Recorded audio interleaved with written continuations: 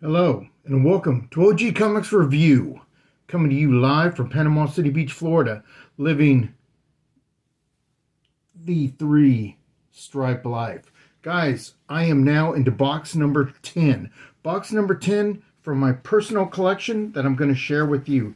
Now, normally, I like to kind of spread these out a little bit, so I'm kind of fresh in going over these comic books that I have acquired over time. Guys, I've told you before, I've been collecting comic books since 1974/75. I have two collections of X-Men, and it gets real complicated remembering if this is mine or if this is another friend of mine's. He got out of comic books and boom, he just gave them to me. And of course, I was very happy to take them because I love the X-Men. So we're going to start off. I know this is mine because this is old as hell.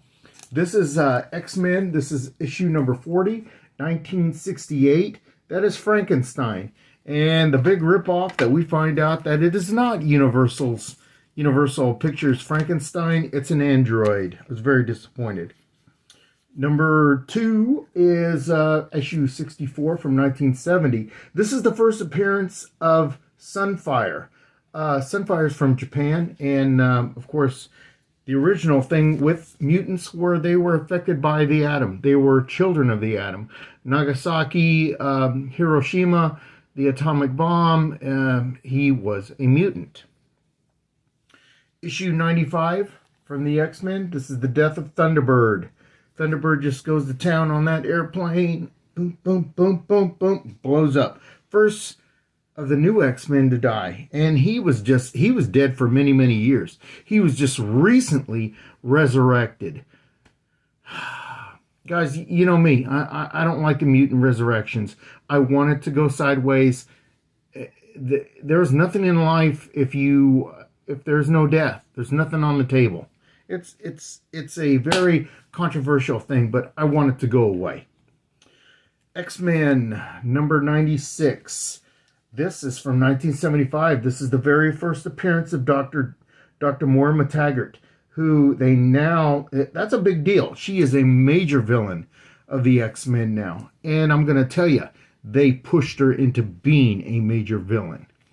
1975, this young man, however I got this, was kind enough to use his ink pen on here and write things. I don't know if I could get that. I could probably get that cleaned. I could probably get a lot of it out of there, but it's on there pretty good. I don't think I could get all of it off. 90 X-Men 98. This is kind of a funny issue. It's got a reporter named Clark Kent. And I also, they put a thing in Look Up in the Sky. Kind of crazy. 1976, this is a newsstand, but I thought it was funny that, I guess back in those days, Marvel used to hint, they used the name Clark Kent. Pretty crazy. Okay, we'll get to another collection of X-Men here in a little bit. Let me break it up. Okay, we have Wolverine. Wolverine number 1 from 1988. These had front covers. This is Sabusima that did this cover. The back had what they call pinups or posters. It was kind of cool cover art. John Byrne did the back of this. Pretty cool. Wolverine number 2. Debut. This is big now. Debut. He's fighting the Silver Samurai. Bad guy mutant, which is not a bad guy anymore. Very honorable. I've always liked Silver Samurai. This is a fight for the Miramasa blade, and that's a big thing now.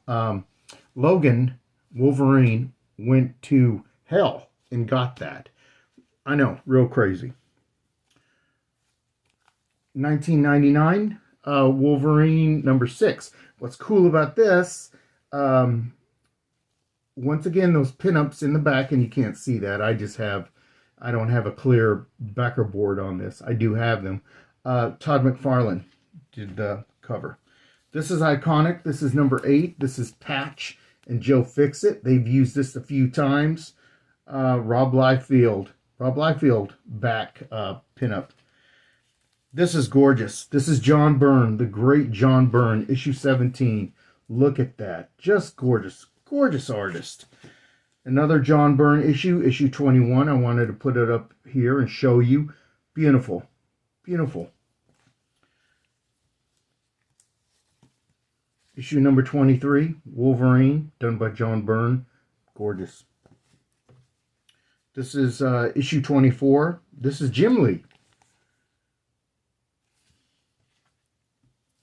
More Jim Lee, issue 27.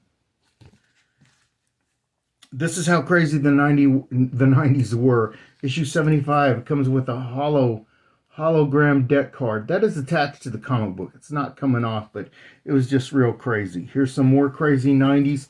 I don't know if you can see that. Nope, it's going to come across as a mirror. This is actually a hologram where Wolverine is in it. Pretty much a complete collection of Wolverine. Now, before I get into those X-Men, some other finds that I had in this. I have the complete run of the Infinity Gauntlet. I was looking through this, and it was a fantastic read. So different than the movie, and I gotta say, for the movie, they did a pretty damn good job. They really did, but just a great read. Also, another find in here is the full run of Infinity Crisis. Guys, this came out in 1985. Death of Superwoman, The Death of the Flash. I don't have that one with me. That came out in 1985. It came down, it might have predated Marvel's answer is in Secret Wars. It blew doors on Secret Wars. Not even close. This was also in here, Aliens vs. Predator. This was Dark Horse Comics, 1990. Aliens vs. Predator. Okay, now we're going to get into, this is my friends. Let's just say friends. It's mine. It's part of my collection now too. But the origin behind it, it was my friends that moved away and left me his comic books. Hold on, let's get that string out of there. Issue 101, first appearance. This is where Jean Grey uses the powers of Phoenix. Worth a good little penny there. This is issue 107. This is the first appearance of the Starjammers. This can be a very expensive issue if it has the God, is it K Jewelers? Mark Jewelers, I can't remember. It will have an insert in it where it actually has it's a full page of jewelry. Mark Jewelers? God, I can't remember. The OG went blank. That issue does not have it in there. I'm going to tell you something that the OG used to do a long time ago. I used to take them out. Bam. X-Men 109, first appearance of Vindicator. First, this is 112. This is George Perez. Beautiful cover. Issue 120. This is the first appearance of Alpha Flight. First cover appearance of Alpha Flight. This is from 1979, first appearance of Mutant X, which would be later be named Proteus, one of my favorite villains. Not a villain anymore, part of the Five. Helps with the resurrection of mutants. First cover appearance of Proteus. You can tell I love Proteus. First cover appearance of Proteus. First appearance of Kitty Pryde. Guys, I make no secret of it. I'm not a Kitty Pryde fan. Can't stand her. 1980, first appearance of Dazzler and Sebastian Shaw. And I want to thank this guy for using his Sharpie right there. I don't know if that can be cleaned out. It's in my personal collection. I'm not getting anything cleaned. This is 1980. Jean Grey becomes Dark Phoenix. Oh man, just what a time in the X-Men.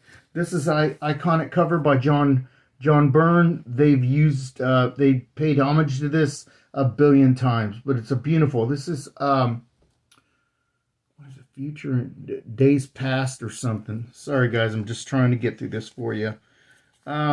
Uncanny X-Men 151. Oh my God. There's Kitty Pryde crying. She's leaving the X-Men. Get the F out of here. First appearance of Carol Danvers as she becomes binary.